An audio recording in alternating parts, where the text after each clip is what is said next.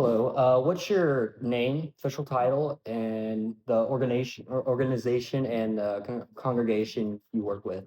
Well, I'm the senior pastor here at Central Baptist Church in Jefferson City, Missouri. My name is Andy Schmidt. So, describe your educational background and experience that prepared you for the position. Okay. Yes, I think as I look back at what prepared me for the opportunity I have here at Central, is I think about my family background, the home situation. I had great parents, mom and dad, that loved the Lord, and they really served the Lord. I think that was really the starting of it. Mom was involved in the bus route. My dad was a Sunday school teacher. They were just soul winners, just a burden for the lost, and so I had that heritage. Growing up, worked hard on the farm. Also had the chance to run my own business as a young person. And so all those things, management, working with people, and everything else, that was just some really invaluable experience. I had the chance to grow up in a Christian school, went to Hyles Anderson College, and then from there, worked with Lacey Fry, a pastor in North Carolina as a youth pastor. And I just so appreciated working alongside of an older guy that had been in ministry for years, and I just felt like just a really good hands-on experience and was invaluable in those things. So as I look back at it, it was a series of things that all helped me prepare me for working with people, managing an organization, building people, and I'm thankful for those experiences. Wow. So, what led you here to Central Baptist Church? Oh, that's a great question, Josh. I really I started a church in Waterloo, Iowa. It had been going for over 10 years. And we got it to where it had a building. Things were going well. And God called me out of that ministry. I was really thinking that God was going to take me towards the youth. That was kind of the direction I was heading. But I got a phone call from Central Baptist Church. This is the church that ordained me. And Brother Houston called me and said, "Would you be interested?" He goes, "I'm resigning. Would you be interested in candidating here?" And I said, I prayed about it. I said, "Lord, I'll go wherever you want me to be." That wasn't necessarily the direction I was leaning towards, but this is the door that God opened and pushed me through and into. And I'm thankful I'm here at Central Baptist Church. Was that pretty frightening experience? On the way here? I'm not sure I would say the word frightening. I think one thing is always living by faith. I think Yeah. God, you just got. I've just really stepped out and said, God, I'll go wherever you want. So I had a good paying job. I stepped here in at Central Baptist Church, and I had to take a part time job, and I've just used when God calls you into something, you got to be willing Yeah. to do whatever He asks you to do, and sometimes things are a step up, sometimes, things are a little bit of a step back, but you just take whatever God gives you, and God blesses. And so now I'm totally full time here. God is blessed here at Central Baptist Church. So, when did you deliver your first ministry speech and sermon, and what was it for? I don't know. I just in high school always felt a burden to preach and everything else. And the youth pastor asked me to cover for a message. So I preached for that. We went on a senior trip to California and we stopped by a church on a Wednesday night, and they asked me to preach. So I preached there. So Wow. that was kind of my first messages and foray into it. Yeah. You know, it was, I would say it was kind of rough, but it kind of gave me an understanding what it would take. And Mhm. so really helped me in my preparation, getting into ministry in college, knowing what sermon prep was and what it would take to deliver a message. Wow. And when it comes to communication, how would you describe your style and methods? My style and methods, I'm passionate. I'm excited. I move around. Hmm. I think and I've always had to preach something that God gave me. It's got to be something that's, God is moving me. I'm passionate about. And so I think that's really my method. And so, you know, um, laying out a verse and a concept is really, I like topical messages a lot. Yeah. So, what are the most important communication skills that are part of your ministry? Communication skills are wow. I mean, there's so much potential to continue to grow in them. I think one area, like right now, that God's really challenging me is how in my preaching can I communicate respect to my audience, Yeah, and so not talk down to them, above them, but just we have some amazing soldiers of the cross, people that are and I want to be, I have a lot of respect for them. And how can I communicate that in my message is really important. yeah. So, what public communication messages do you have to prepare and how do you do it? You know, that is, it's really a demanding schedule. I think, Sunday morning, Sunday night, and Wednesday night, three messages. And, there's a lot of study. And so I think there's some daily disciplines, getting in your Bible methodically, studying books and looking at that, spending time in prayer, asking God exactly what topic would and is needed. But it starts out with the personal daily disciplines of getting in the Bible, studying yourself Yeah. is where it starts. What are the greatest challenges to communicate with your organization, your congregation or organization? Huh, that's a great question. I think probably the greatest challenge is this. Again, I had the chance to grow up in a Christian home, went to a Christian school, went to college, and so my background is deeply immersed into my faith, and so um, I've got to understand my audience, and my audience didn't have that privilege, and Yeah. they don't have that background and knowledge, and so taking time to be methodical, and so I cover those things and leave steps so that everyone can understand what I'm saying. And it's really important to know your audience and the different age groups and their backgrounds, and understanding is it's really a challenge, and then just making it practical to everybody. How do you use digital methods to communicate, like for social media, the emails and videos? Wow. I mean, for somebody that remembers the 8-track tape and all those things, I mean, I probably would say I see the potential of it. Hmm. And that's probably something that I'm really more and more dependent on. The next generation, the millennial generation, Hmm. understands that and the importance of that. And I feel like, as a church, that's probably an area we're a little bit behind in. But that is such an important tool. Hmm. And even in sermon prep and everything else, I mean, there's a lot of technology that is really, really helpful. I Hmm. have multiple monitors. I can right away go from uh, the internet to my Microsoft, my sermon, and different things. So that things like that I found helpful, What, but what, also at the same time. what kind of digital things do you use for your church? Like, So, digital, that is, again, I'm thankful we've got some young people that are really starting to come on strong here at Central, hmm, and they're helping us catch up because yeah. I'm a little bit, I think we're a little bit behind on that. I think,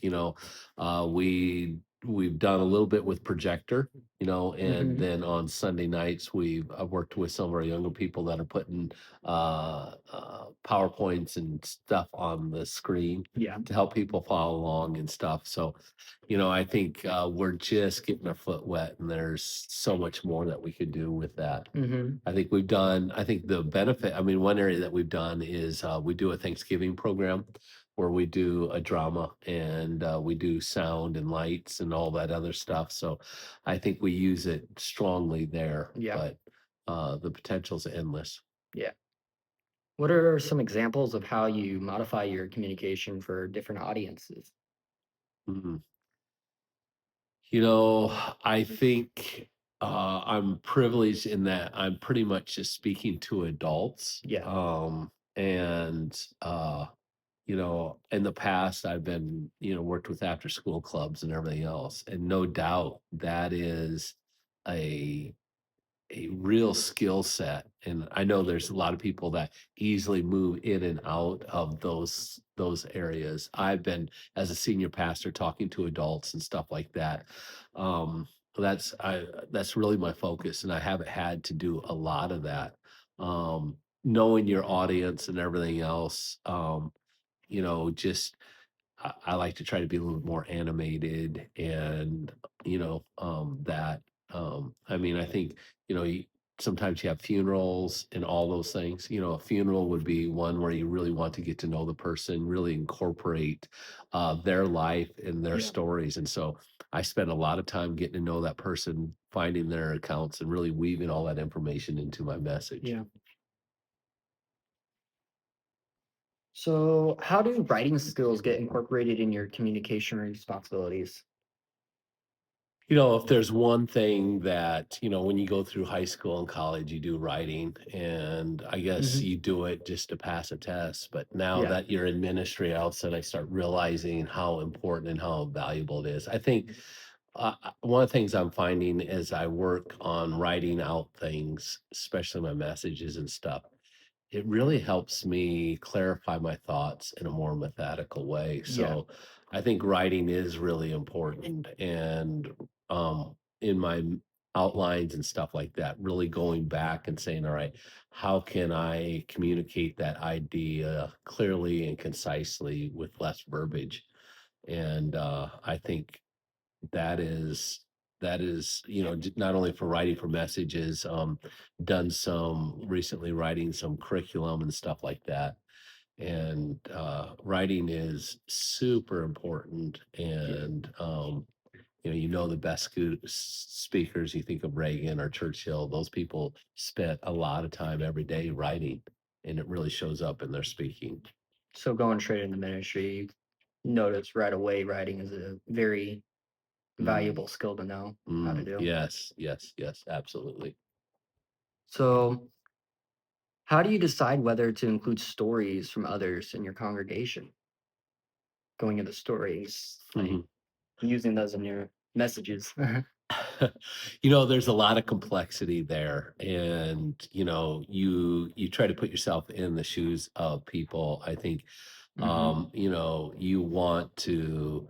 I think I'm always careful to the stories is to get approval to make Yeah. sure. I always say, "Hey, do you mind if I use this?" In fact, I did that tonight. There was something someone talked about, and they shared with me, and I said, "Hey, can I share that?" And they said, "Nah, not yet." And so, it's really important to ask and get approval. Yeah. I think one area that I try to really do is, I'm very careful to, when something happens, not to make a conclusion based on what I've seen unless somebody shares with me. I know that people have made bad choices in their life and this happens. And when somebody tells me that story and they tie that into God working in their life, I'm more comfortable to share that with Hmm. them, but I'm careful not to make those conclusions myself, jumping to Yeah. conclusions that may or may not be there. Yeah.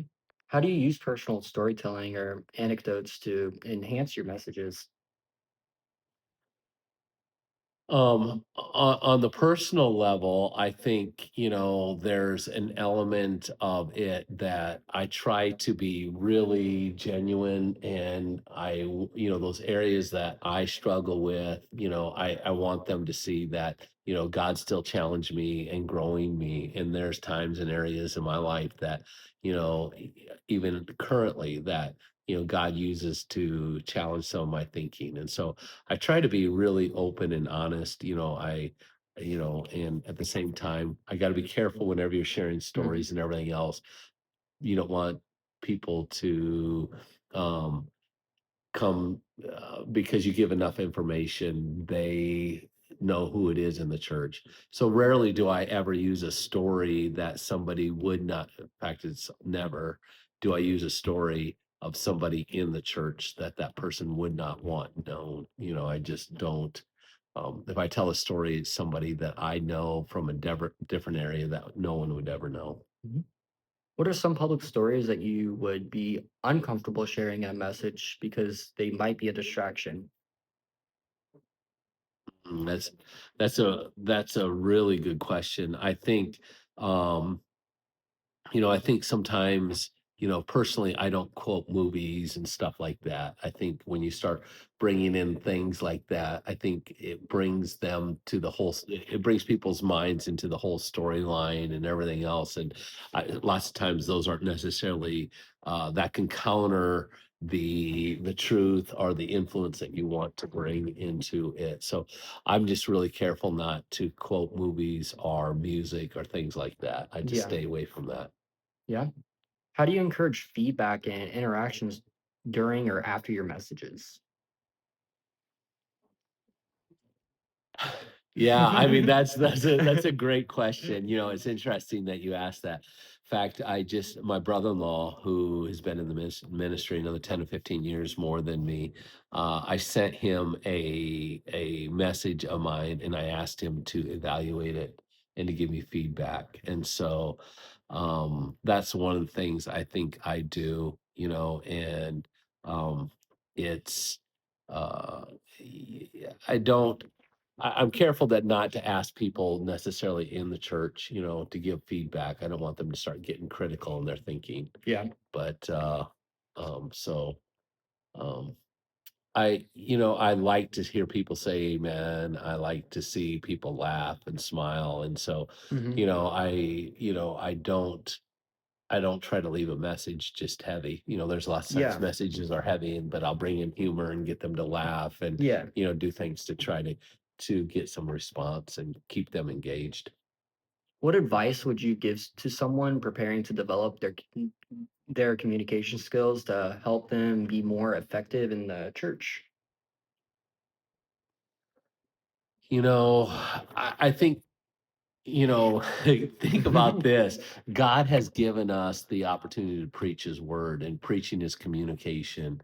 And, communication is something that we need to practice all the time, whether it be talking to a parent, a boss, a sibling. And Hmm. so I think it's just an awareness of it Yeah. and really practice that. And so it starts with good listening skills, good nonverbals, all those things um, and so I would really start with just making it a daily practice. And, Yeah. you can see how people respond to you and see if you're connecting. How do you remain authentic while preparing to deliver a message that might be less personal? You know, Yeah. there's always a tendency to preach messages that, we are most familiar with and most comfortable with, and to speak messages that are something that is not an area that we're really an expert in or as comfortable with.